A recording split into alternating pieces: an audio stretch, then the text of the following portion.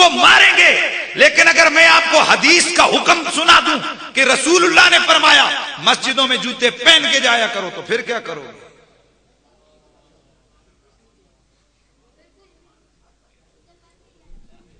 توجہ ہے سب؟ بخاری کی حدیث میرے سونے مدنی کریم نے فرمایا او تم یہود و نصارہ کی مخالفت کیا کرو. وہ اپنی عبادت گاہوں میں جب جاتے ہیں جوتے اتار کے جاتے ہیں، اور جب تم اپنی مسجدوں میں جایا کرو جوتے پہن کے جایا کرو. ایکڑی حدیث ہے، پریشان نہ ہو حلوی دستان. بھائی بات یہ ہے، یہ حدیث ہے. تو رسول کے دور میں مسجدوں میں لوگ جوتے، اونچا بولو یار، مسجدوں میں لوگ جوتے. تو اب پوچھئے ان لوگوں سے جو صرف وقت کو دلیل بنا کے کہتے ہیں حضور کے دور میں یہ تھا اور یہ نہ تھا. ہم پوچھتے ہیں حضور کے دور میں جوتے پہن کے عبادت گاہوں میں جایا جاتا تھا، تم آج مسجدوں میں جوتے اتار کے کیوں آتے ہو؟ اگر تمہارا دعویٰ حدیث پہ عمل کا ہے تو جوتے پہن کے آؤ. اگر تمہارا سر پھٹا ہوا مسجد سے نہ نکلے تو پھر بات کرنا، تمہاری شترول نہ ہوئی تو پھر بات کرنا. ارے آج اگر کوئی پولیس والا کسی مسجد کے اندر جوتے پہن کے آ جائے، پوری دنیا کے اندر بلکہ پورے ملک کے اندر اخبارات میں اس کی تصویریں لگتی ہیں، دیکھو اس نے بے ادبی کی ہے. اگر آرمی والا کسی سرخ یا نیلی مسجد میں جوتے پہن کے چلا جائے تو پوری دنیا میں اس مسئلے کو ہائی لائٹ کیا جاتا ہے کہ دیکھو اس نے مسجد میں جوتے پہنے ہیں، یہ جوتے پہن کے آیا. اب اگر کوئی بخاری اٹھا کر دکھا دے کہ میں نے کون سا جرم کیا، یہ حدیث موجود ہے کہ مسجدوں میں جوتے پہن کے آیا کرو، تو بتائیے کہ کیا کسی مسلک کا کوئی ملا، کوئی مفکر، کوئی محدث، کوئی مفتی اس عذر کو مانے گا؟ بھائی بتائیے نا، مانے گا؟ نہیں مانے گا نا. تو جواب دو پھر حدیث کا. بھائی جواب دو پھر حدیث کا. لیجیے اب اس کا جواب آنے لگا ہے کہ حضور کے دور کے اندر جوتے پہن کے آیا جاتا تھا، اب جوتے اتار کے لوگ کیوں آتے ہیں؟ دراصل ہم نے جب اس حدیث کے پہلے جملے کو دیکھا، اس کی بنیاد کو دیکھا، جوتے اتروانے کے یا پہننے کے عمل کو دیکھا، اس میں تھی یہودیوں کی مخالفت. اس میں کیا تھی؟ یہودیوں کی مخالفت. تو حضور نے دلیل کیا دی؟ فرمایا اے جڑے یہودی نے اے جوتے لا کے آندے تے تسی. تو چونکہ آج کا یہودی اپنی عبادت گاہوں میں جوتے،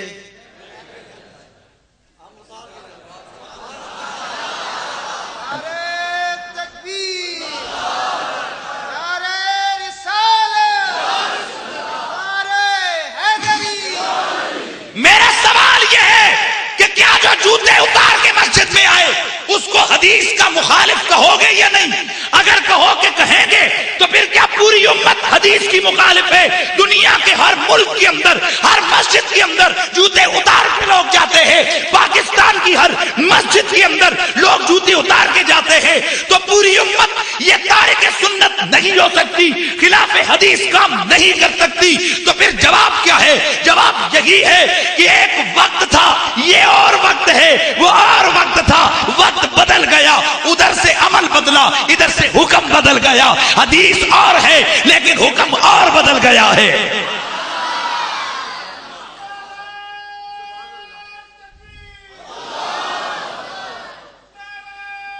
حدیث کا حکم بدل گیا، وقت اور حکم. اونچا بولو یار، وقت اور. تو حضور کے دور میں تو کسی نے دوسرے سے تیسرا کپڑا نہیں پہنا. فقیر چیلنج کر کے کہتا ہے پوری زندگی حضور کی شلوار ثابت کرو. اور میرے نبی نے یہ سلی ہوئی شلوار نہیں پہنی، میرے رسول نے تہبند باندھا ہے. تو اب آپ کیا کہو گے؟ اب یہ ساری چیزوں کو دلیل کے طور پر کوئی کیسے پیش کرے گا تو ایک بات یاد رکھیے، حقیقت میں علت کو دیکھا جاتا ہے، حقیقت میں کسی بھی حکم سے پہلے اس کی علت کو دیکھا جاتا ہے۔ علت ہے تو حکم ہے، علت نہیں تو حکم نہیں۔ تو جوتے اتارنے کی وجہ یہودیوں کی مخالفت تھی، آج اس وقت یہود جوتے اتار کے آتے، اس لیے مسلمان جوتے، آج یہودی جوتے پہن کے آتے ہیں اور ہم جوتے اتار کے آتے۔ پتہ چلا لفظوں میں تو حدیث کے خلاف ہے پر معنی میں حدیث کے مطابق ہے۔ سبحان اللہ کی آواز آ یار۔ تو دوسری بات یہ کہ زمانہ بدلنے سے حکم، اونچا بولو، وقت بدلنے سے حکم۔ ایک وہ وقت تھا کہ جب میرے رسول اکرم کے غلاموں کے پاس دوسرے سے تیسرا کپڑا نہیں تھا، اور پھر وہی مدینہ تھا کہ صبح سے لے کر شام تک لوگ ہاتھوں میں مال لے کر گلی گلی، محلہ محلہ، قریہ قریہ گھومتے، رات کو واپس گھر میں آتے، مال جیب میں ہوتا۔ گئے کیوں تھے؟ بابا زکات دینے گیا تھا۔ تو واپس آئے ہو، مال لے کے کیوں آئے ہو؟ جواب ملتا ہے پورے مدینے میں کوئی زکات لینے والا ملتا ہی نہیں ہے۔ ایک وہ وقت تھا اور ایک، بولیے، ایک وہ وقت تھا اور ایک۔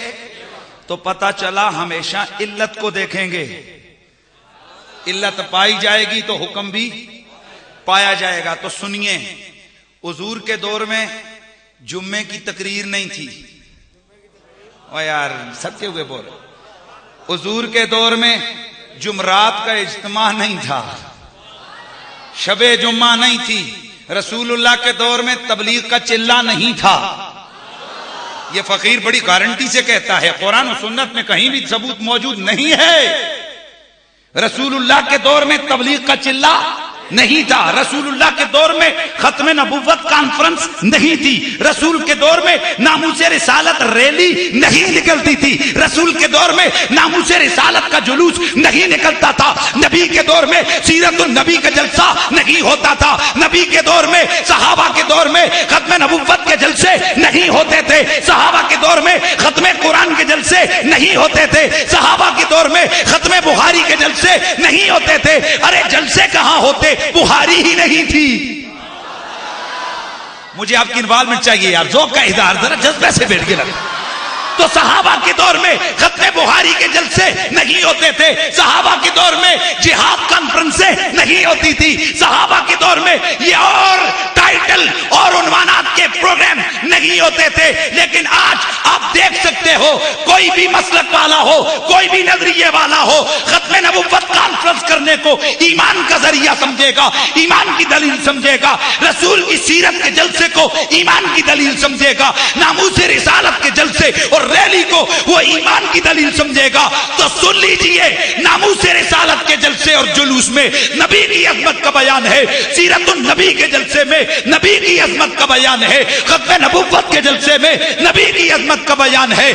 تو سن لو، میلاد مصطفیٰ کے جلسے میں بھی نبی کی عظمت کا بیان ہے۔ تو جب ختم نبوت کا جلسہ رسول کے دور میں نہیں، صحابہ کے دور میں نہیں، نبی کی سیرت کا جلسہ صدیق و فاروق و عمر کے دور میں نہیں، ناموس رسالت کا جلوس صحابہ کے دور میں نہیں، اب ہے۔ تو جس دلیل سے ختم نبوت کا جلسہ ہے، جس دلیل سے سیرت النبی کا جلسہ ہے، جس دلیل سے ختم قرآن کا جلسہ ہے، جس دلیل سے عظمت اسلام کا جلسہ ہے، جس دلیل سے جہاد کانفرنس کا جلسہ ہے، جس دلیل سے ناموس رسالت ریلی کا اور جلوس کا اہتمام ہے، اسی دلیل سے میلاد النبی کے جلسے کا بھی اہتمام ہے، اور اسی دلیل سے میلاد کے جلوس کا بھی اہتمام ہے۔